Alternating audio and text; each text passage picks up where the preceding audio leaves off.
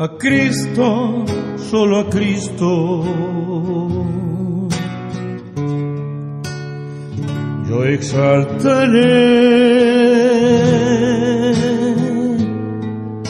a Cristo, solo a Cristo. Yo adoraré, porque Él me ha dado vida eterna,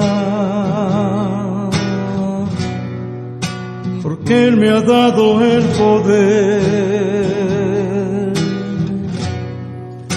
porque Él me ha dado la victoria.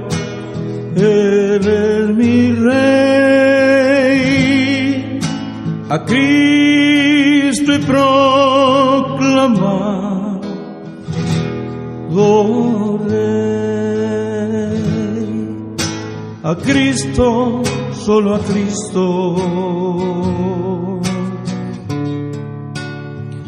Yo exaltaré a Cristo, solo a Cristo. Yo adoraré, porque Él me ha dado vida eterna, porque Él me ha dado el poder, porque Él me ha dado la victoria. Él es mi Rey, a Cristo he proclamado Rey, porque Él me ha dado vida eterna, porque Él me ha dado el poder, porque Él me ha dado la victoria. Él es mi Rey, a Cristo he proclamado Rey, a Cristo he proclamado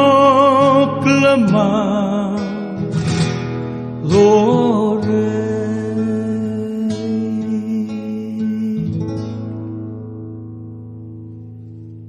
¿Qué tal, mis amados? Un saludo muy afectuoso, Luis Eduardo López, el siervo de Jesucristo.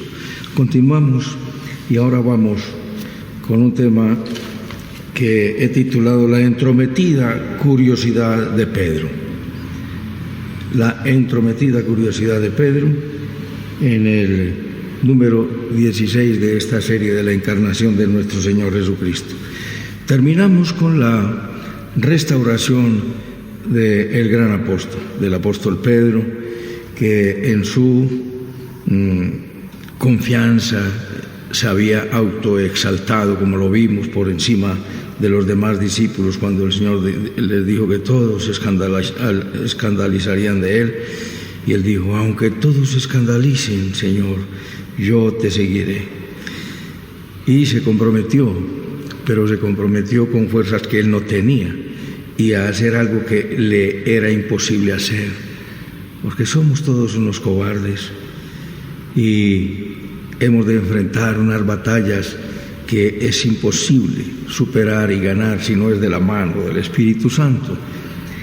Él, confiado en esto, negó al Señor, y el Señor, de manera muy amorosa y tierna, recordamos que en 3 ocasiones le pregunta a Pedro: ¿me amas? Y él termina agobiado respondiéndole: Señor, tú lo sabes todo, tú sabes que te amo. El Señor le dice y le da el encargo, un encargo específico. Dios nos está dando un encargo específico. Cada ministerio es cada ministerio.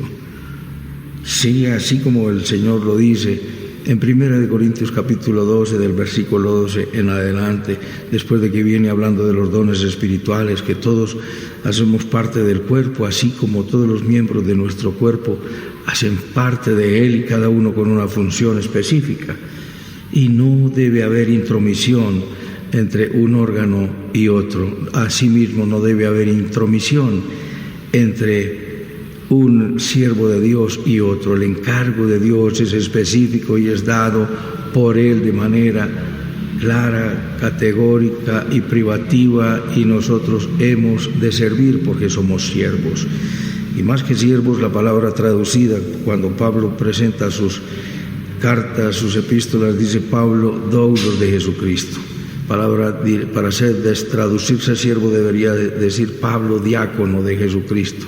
Diácono es siervo y doulos es esclavo, y la palabra en el original está escrita como doulos de Jesucristo, esclavo de Jesucristo, y el esclavo no tiene derecho a pensar sino a obedecer. Fue en la antigüedad, y como un obrero hoy se le da una orden, no tiene por qué cuestionar al que se lo dice, sencillamente hágalo de esta manera.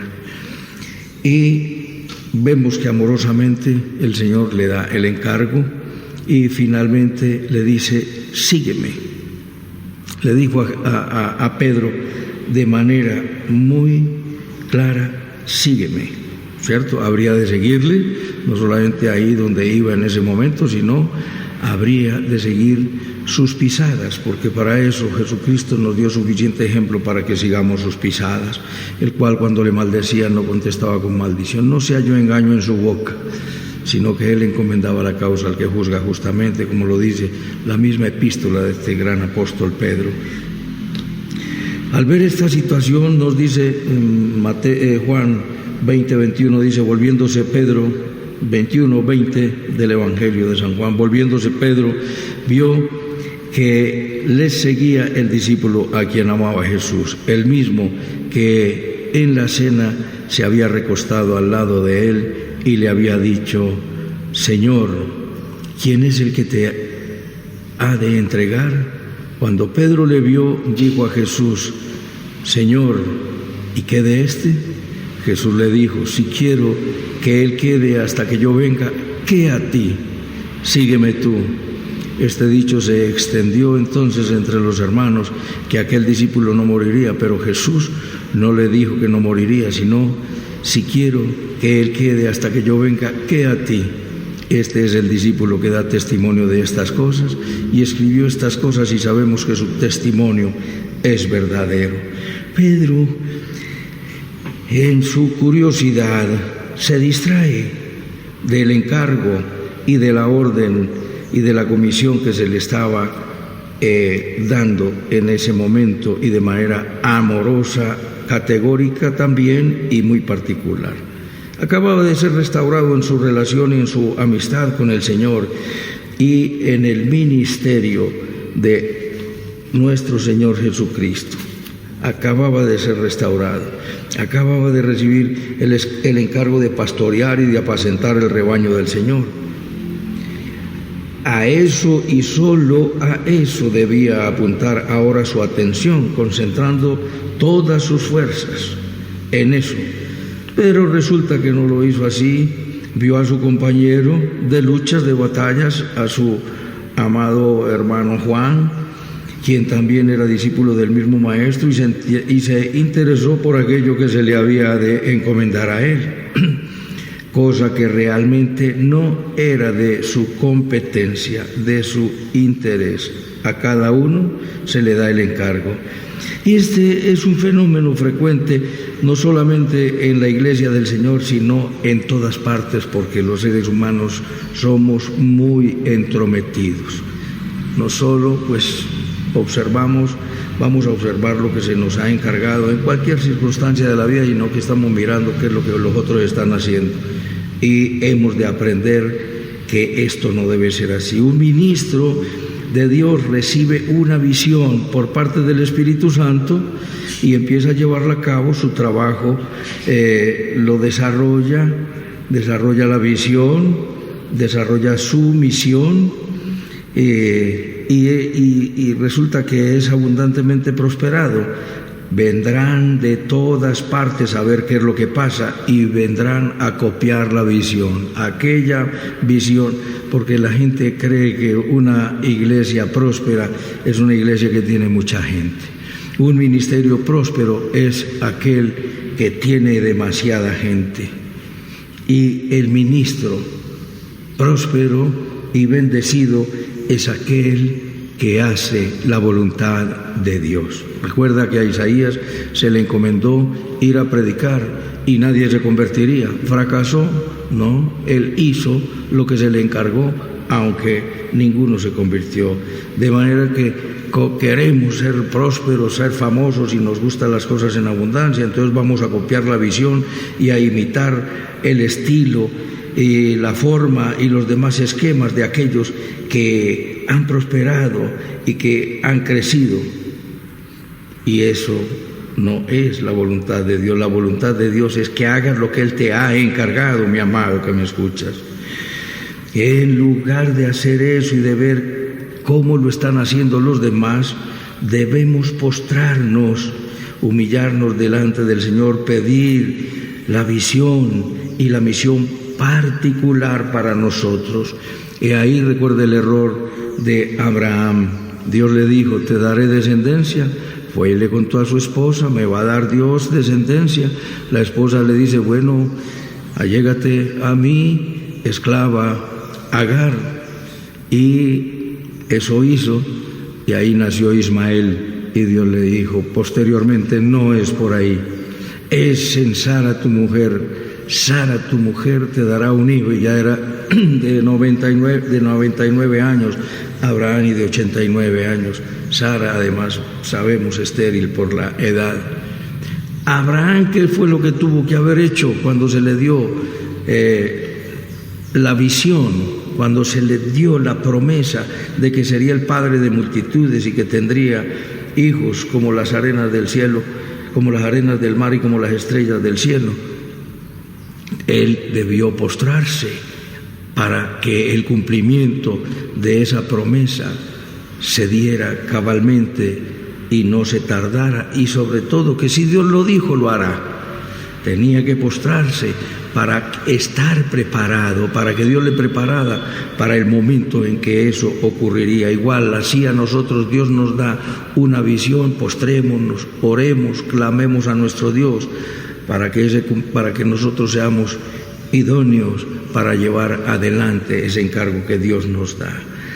La divina respuesta, esto le ocurrió a Habacuc, cuando Habacuc se lamentaba por la problemática que tenía alrededor. Había mucha maldad, y entonces el profeta lo dice, ¿hasta cuándo, oh Jehová, clamaré a ti, no oirás? Y daré voces a ti a causa de la violencia y no salvarás. ¿Por qué me haces ver iniquidad y haces que vea molestia? Destrucción y violencia están delante de mí, y pleito y contiendas se levantan, por lo cual la ley es debilitada y el juicio no sale según la verdad. Por cuanto el impío asedia al justo, por eso sale torcida la justicia. Y Dios le da respuesta, tranquilo, yo levantaré a los caldeos, un pueblo presuroso y duro y cruel. Y en el capítulo 2 le dice, Jehová me respondió, 2:2 dice, escribe la visión y declárala en tablas para que corra el que leyere en ella. Escribe la visión. A Habacuc se le dio esa visión de manera clara y privativa para él. Así a nosotros Dios nos da respuesta. Escríbela en la tabla de tu corazón, mi amado. La misión particular que Dios le dio a Pedro era pastorear el rebaño del Señor. A Juan se le concedió que fuera el testigo especial de Dios, y a él se le dio la revelación especial de hacer su trabajo y de escribir su evangelio y demás cartas, cosas en las cuales no debería entrometerse ni Pedro ni nadie. Miremos ahora que Pedro estuvo mirando atrás y fijándose en el posible destino de otros. Ahí vino la intromisión de Pedro. Pedro, volviéndose, nos dice, Pedro vio que le seguía el discípulo a quien amaba a Jesús. Recordemos que las distracciones los distractores en los que ya Pedro se había fijado, quitando la mirada del Señor, le habían llevado a muchos problemas y se hundió en las aguas cuando el Señor, recuerda que el Señor les dijo, naveguen, que ahorita voy a ustedes, y se fueron y el Señor vino caminando sobre las aguas. Y cuando le vieron pensaron que era un fantasma y Jesús le dijo, no, soy yo. Y Pedro le dijo, si eres tú, haz que yo vaya a ti. Y el Señor le dijo, soy yo, ven a mí. Pedro se bajó de la barca y caminando fue a él. Pero registra la Escritura, que los vientos soplaron de manera recia y fuerte y Pedro estaba mirando a Jesús, pero miró a los lados, a los vientos y se hundió. Tú quitas la mirada del Señor y te vas a hundir. Y Pedro no aprendió de aquella primera lección, de haber quitado los ojos en Jesús.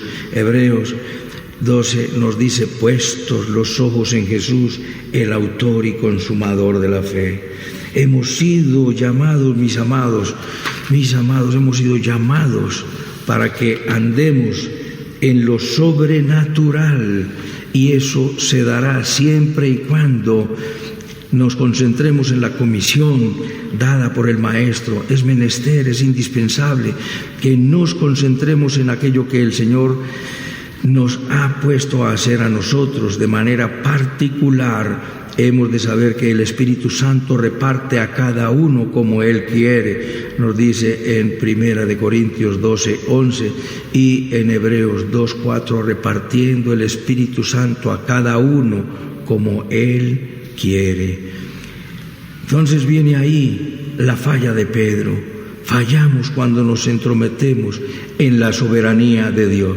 Y dijo Pedro, ¿y qué de este? Observa la pregunta de Pedro.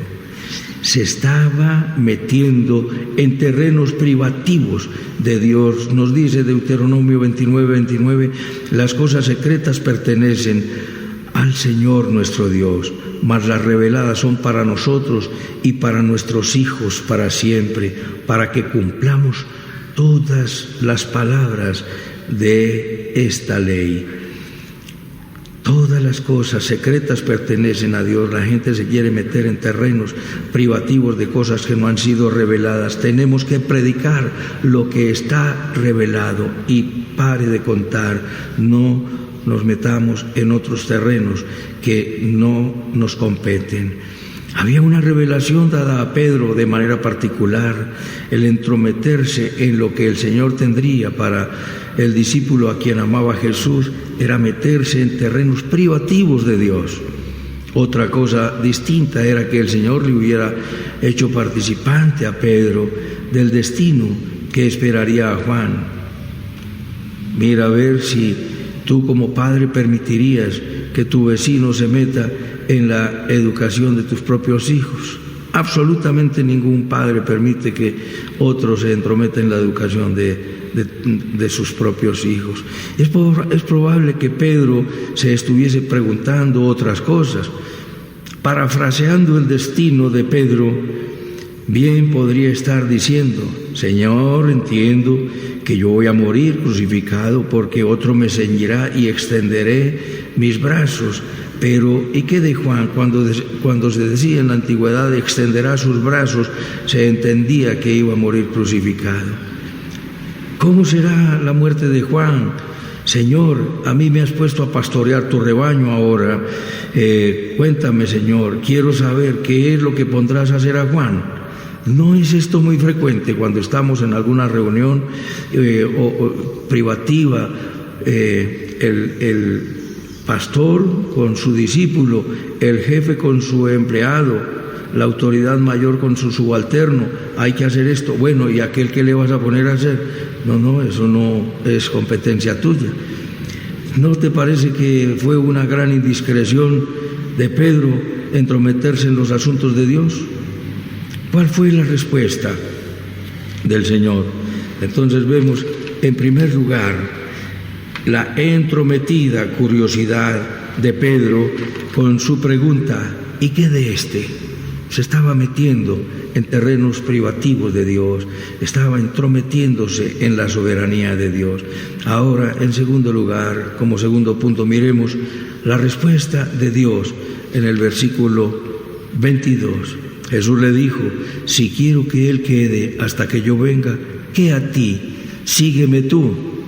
En un buen paisa, en un buen antioqueño, en una palabra bien coloquial, bueno, ya te di tu encargo. ¿A ti qué te importa el encargo que yo le di a él? No tienes que preguntar, no tienes que cuestionar, no tienes que entrometerse. El maestro ubica a Pedro de inmediato dentro de sus límites. Dios establece los límites en los cuales debemos movernos ministerialmente y de manera particular. ¿Cuál es la voluntad de Dios? Nuestra santificación. ¿Cuál es la voluntad de Dios? Que hagamos bien a todas las personas. Y de manera particular, en tu vida, como ministro de Dios, te va a hacer un encargo. Dios establece los límites y deja por sentado de manera clara y contundente que no podemos ir más allá de esos linderos fijados por el Divino Maestro. Allí solamente Pedro indagaba por el destino de su consiervo. Hoy en día vemos la suplantación y la usurpación de autoridad, y esto es peligrosísimo. Aún en la Iglesia del Señor vemos el tráfico de influencias, y esto es algo deplorable. Si en una congregación se convierte al Señor un psicólogo, por el hecho de ser psicólogo no le está dado dar consejería pastoral sin antes ser comisionado por el Señor. Estos profesionales, siendo muy importantes y muy competentes y muy respetables, no estando comisionados y equipados por la palabra y por el Espíritu Santo, no están preparados para una consejería pastoral, que es algo igualmente especializado. En alguna ocasión me tocó que llegó una psicóloga a nuestra congregación y estaba dando una consejería a una señora y me dijo: yo quiero hablar con la psicóloga.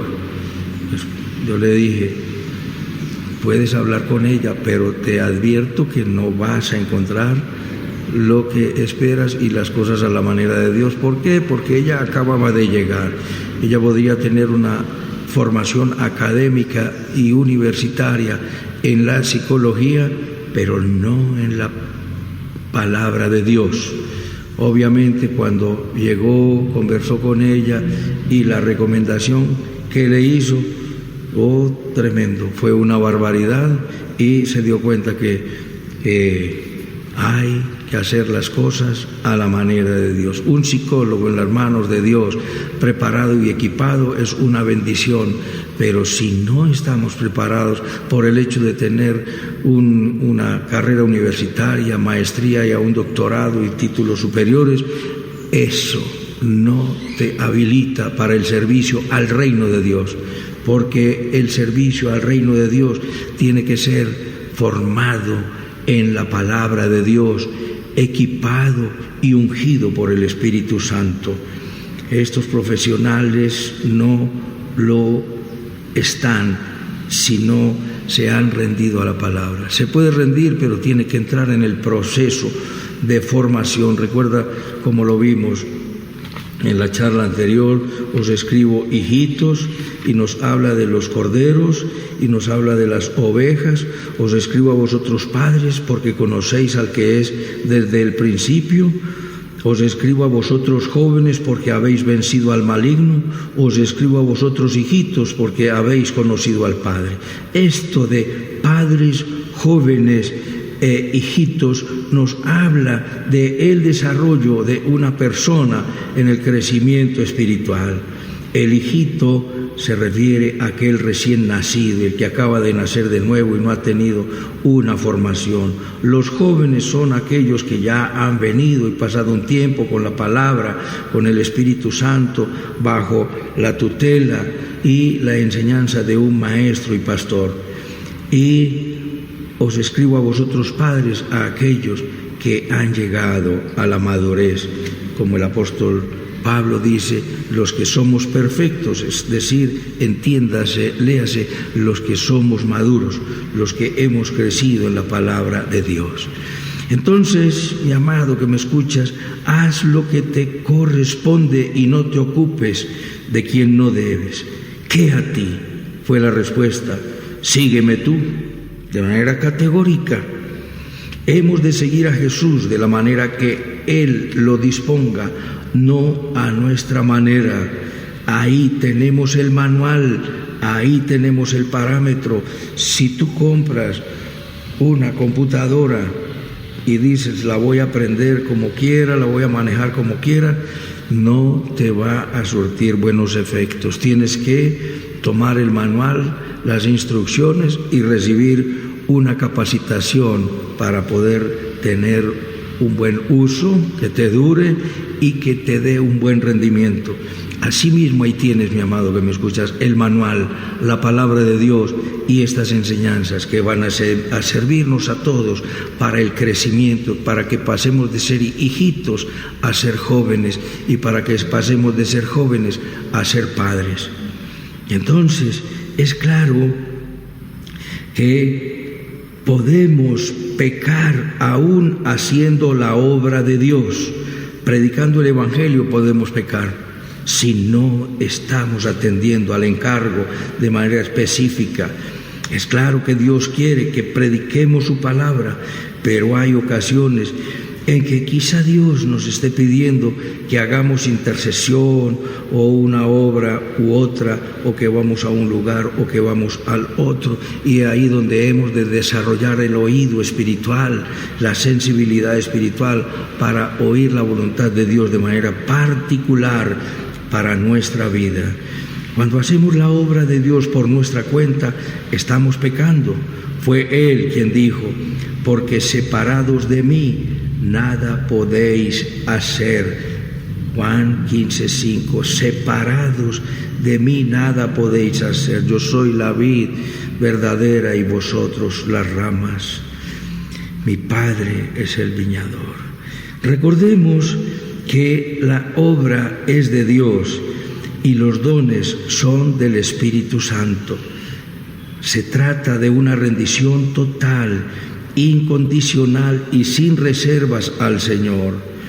Las palabras del mismo Jesús, no las olvides. Si alguno quiere venir en pos de mí, niéguese a sí mismo. Tome su cruz cada día y sígame. ¿Qué quiere decir niéguese a sí mismo? Es decir, no hagas las cosas según tu parecer. Recuerda lo que te he citado muchísimas veces, 1 Timoteo 4:16, cuídate de ti mismo. Por eso dice, niéguese a sí mismo. Es decir, no hagas las cosas según tus propios criterios, según la formación académica universitaria. Eso puede llegar a servirte, pero en cuanto lo rindas al Señor, el Señor te lo entrega de nuevo y haz las cosas con algunas de las experiencias de tu vida antes de nacer de nuevo, te podrán servir. ¿Y para qué te van a servir? Para saber cuándo una cosa puede hacerse de esta manera o de otra. Yo le doy gracias a Dios porque me puso al lado de unos hombres insoportables, totalitarios, tiranos, autoritarios. ¿Y por qué le doy gracias a Dios? Porque al observarlos sencillamente concluía que las cosas no se deben hacer como ellos la hacen. Y tenemos que hacer la obra del Señor, como te lo he venido diciendo, siempre con mucho amor. Con misericordia y verdad se corrige el pecado, para que todos, por todas las ligaduras y por todas las coyunturas que nos van uniendo, vamos creciendo en amor, como lo dice Efesios 4:16 y siguientes. Si alguno quiere venir en pos de mí, niéguese a sí mismo, tome su cruz y sígame, dice Lucas 9:23. Niéguese a sí mismo, por eso el apóstol Pablo dice, ya no vivo yo, Cristo vive en mí. Esto habrás de hacerlo hasta que sea Cristo el que esté obrando a través de ti y no obrando a través de ti mismo, de tu orgullo o de tu vanidad, o para los aplausos que quieres, porque ya hemos de vivir para la gloria de Dios y para que los aplausos sean para Él. En tercer lugar, malinterpretando la palabra de Dios. Jesús había dicho una cosa y se difundió otra, como dice en el versículo 23. Este dicho se extendió entonces entre los hermanos, que aquel discípulo no moriría, pero Jesús no le había dicho que no moriría, sino si quiero que Él quede hasta que yo venga, ¿qué a ti? Jesús dijo una cosa, pero observa que se le entendió otra. Necesitamos interpretarnos porque nos comunicamos, y por cuanto nos comunicamos a veces no nos entendemos. Entonces hay que explicar las cosas. Preguntemos, no te estoy entendiendo, explícamelo de nuevo, quiero que las cosas sean claras. Pero nos dicen un encargo y a la mitad del encargo decimos ya te entendí. No, espérate, que no he terminado de darte el encargo. Que nos quede claro para que no lo desviemos según nuestro parecer y nuestros criterios. Hagamos las cosas como Dios quiere que se hagan. Como hay por ahí un avisito que pasan a veces: necesito un empleado, no importa que no sepa hacer nada, pero que obedezca. Hay una cantidad de genios y de sabios y muy capacitados, pero no obedecen. No se hará la obra que aquel empleador o aquella autoridad quiere sacar adelante. Según la mayoría de los doctrinantes de la palabra de Dios, hay consenso en que este capítulo se escribió posteriormente, y lo más probable es que fuera escrito por uno de los discípulos de Juan, y que tal vez uno de los propósitos por los cuales se escribió fue para desmentir la creencia que se generalizó respecto a que Juan no moriría y que quedaría hasta el regreso del Señor. Por eso se escribe este capítulo.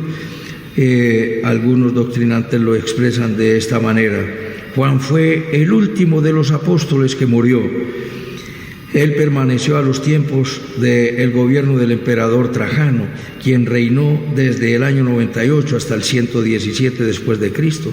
Jesús trató de satisfacer la curiosidad de Pedro acerca del futuro. Jesús no trató de satisfacer esa curiosidad. Queda Él no trató de satisfacer esa curiosidad, sino de hacer énfasis en la necesidad imperiosa de servir a Dios con toda fidelidad, siguiendo el camino que Él ha trazado para cada uno. Dios no va a satisfacer tu curiosidad, mi amado que me escuchas, y dejemos de ser curiosos. Hagamos el encargo y hagámoslo de manera fiel. Este era el Cristo resucitado el que había dado el encargo de esto. Tenemos que ser fieles a la interpretación de la palabra de Dios, como lo dice en 2 de Pedro 1:20, entendiendo esto, que ninguna profecía de la Escritura es de interpretación privada, porque los santos sabios, los santos hombres de Dios escribieron siendo inspirados por el Espíritu Santo.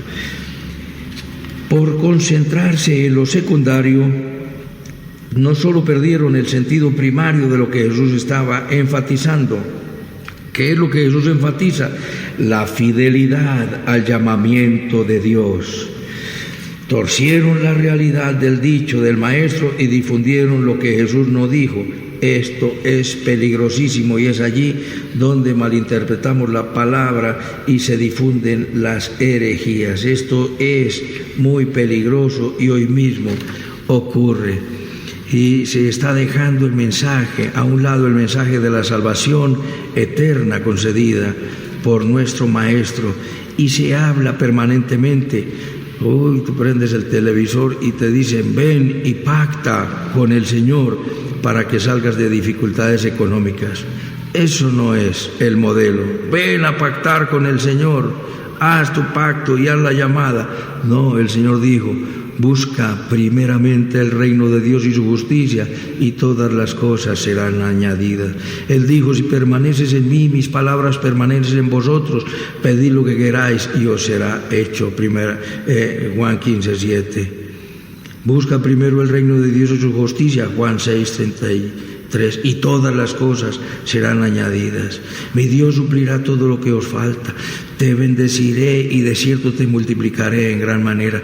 Tú llegas al Señor y nos dice 1 de Pedro 3:9 que has llegado para que heredes bendición, no por cosas que se están inventando y que parecen muy bonitas y que vamos a probar si esto es verdad. Y vamos a pactar, pon la mano sobre el televisor y haz conmigo esta oración. No es ese el modelo de Dios. Se está poniendo énfasis en lo temporal y se está dejando a un lado lo eterno. El apóstol Pablo escribió: no mirando nosotros las cosas que se ven, sino las que no se ven, porque las que se ven son temporales, pero las que no se ven son eternas. Segunda de Corintios 4:18. Esta es una sola de las muchísimas interpretaciones desviadas de las Sagradas Escrituras, cuando intervienen los intereses personales, temporales, egoístas, materiales, que nos distraen de lo verdaderamente esencial, es esencial, como el reino eterno de nuestro Salvador. Mantengamos el sentido de lo literal en la Sagrada Escritura, mantengamos ese sentido para la interpretación, a no ser que por el mismo texto se concluya que se trata de una parábola o de una alegoría. Debemos permitir que las palabras de la Biblia hablen por sí solas. Esta es una expresión que nos da el comentario bíblico de Matthew Henry, que la palabra, la primera y más hermosa y grande norma de hermenéutica es la ciencia de la interpretación. La palabra interpreta la palabra. Miremos entonces, mis amados, la fidelidad del testigo de estas cosas. Nos dice el versículo 24: este es el discípulo que da testimonio de estas cosas y escribió estas cosas. Sabemos que el testimonio es verdadero. Y hay también muchas otras cosas que hizo Jesús, las cuales se escribieron una por una, pero pienso que ni aún en el mundo cabrían los libros que se habrían de escribir. Amén. Entonces, de todo esto que acabamos de estudiar, mis amados, mencionado en el libro de San Juan, hay un hombre fiel que nos da testimonio, y ese es San Juan. Los escritores de la Biblia pusieron su sello personal sobre el testimonio de aquello por lo cual tuvieron conocimiento directo o indirecto, así como Lucas. Unos lo tuvieron de manera personal. Yo he indagado, como inicia su evangelio y el libro de Hechos de los Apóstoles, el apóstol Lucas, el evangelista Lucas. Esto quedó expresado en sus declaraciones, aún a riesgo de su propia vida. Y aunque tal sello hubiese sido con su propia sangre, lo hicieron con gran coraje y con valor sin igual, presentando informes fidedignos. En este caso, Juan, el discípulo a quien amaba Jesús, al escribir su evangelio, lo hace de manera fiel. Como vimos, es probable que este capítulo haya sido escrito con posterioridad, en razón a que se había difundido equivocadamente que Juan no moriría. Juan dio testimonio que las cosas no serían de esa manera, y los ancianos, probablemente los de la iglesia de Éfeso, que fue cuando Juan fue liberado de la isla de Patmos, donde recibió la revelación del Apocalipsis, fue liberado y pasó unos años en Éfeso, sus últimos años. Ellos confirmaban que su testimonio es verdadero. Su testimonio rebasa el tiempo y el espacio. La certificación de lo testificado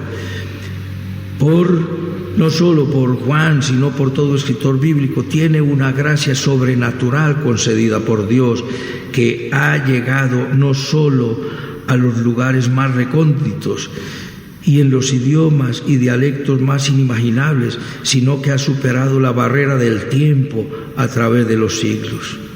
Los grandes imperios han surgido y con la misma rapidez han desaparecido. La cultura, la ciencia y la civilización ha ido y venido con tanta rapidez, tratando de arrinconar la palabra de Dios sin lograr extinguirla. Muchos han sido los que han dicho que la palabra de Dios terminará extinguida y olvidada.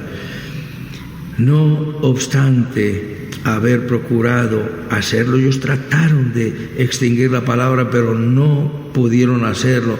¿Y por qué, mis amados? Porque la palabra de Dios vive y permanece para siempre, dice Primera de Pedro 1:23. Este es el testimonio adicional, un testimonio adicional del Espíritu Santo. La palabra inspirada por el Espíritu Santo no necesita ser confirmada por hombres, pero Dios mismo da testimonio a nuestro espíritu que somos hijos de Dios. Todos los creyentes nacidos de nuevo por el Espíritu de Dios podemos confirmar, como los ancianos de la iglesia de Éfeso, sabemos, porque allí está testificando el Espíritu Santo en nuestro espíritu que las cosas son verdaderas. Adicionalmente, el que quiera hacer la voluntad de Dios conocerá si la doctrina es de Dios, como lo dice Juan 7:17. Dios, nuestro Señor Jesucristo, nos dice el último versículo, e hizo muchísimas cosas que si se fueran a escribir no cabrían en todos los libros, de manera, una forma literaria de escribir, ¿sí? Donde utiliza la hipérbole, es decir, la exageración, pero tal declaración no reñiría con la realidad, dado que tenemos un Dios infinito habitando, es decir, tabernaculizando, y el verbo habitó, es decir, tabernaculizó, tuvo cuerpo entre nosotros, entre los hombres. Desde el principio Dios dijo igualmente, desde el principio lo hizo Dios todo, todo lo hizo Dios y todo lo hizo bueno en su tiempo, para que nosotros hagamos las cosas como Dios quiere que las hagamos, mis amados. El Señor Jesucristo le dice a Pedro, sígueme, y Pedro se entromete en una situación que no le competía. En un buen lenguaje paisa, antioqueño o coloquial, diría, ¿y a ti qué te importa? Esto no es para ti, como le dijo el ángel a Daniel cuando le dijo, Juan dijo, Daniel dijo, mas yo oí, no entendí. El ángel le estaba dictando, yo oí pero no entendí. El ángel dijo, anda Daniel, cierra las palabras de este libro porque no son para ti, son para los postreros días. Mi amado, el Señor, como restauró a Pedro en su dolor y en su frustración y fracaso, tiene restauración con ternura, con amor, con bondad, con compasión, con total entendimiento y comprensión de nuestras limitaciones. Te equipa, te fortalece. Haz lo que el Señor te encarga. No te entrometas en lo que Dios le encargó a otro. No copies la visión del otro, ni aun sus gestos, ni su manera de vestir, ni su manera de hablar, ni su manera de caminar. No, ni sus expresiones. Haz las cosas de manera natural, pero es sobrenatural, porque si el encargo viene de los cielos, es un encargo sobrenatural, está dado para ti de una manera particular, y Dios, recuérdalo, capacita a los que llama.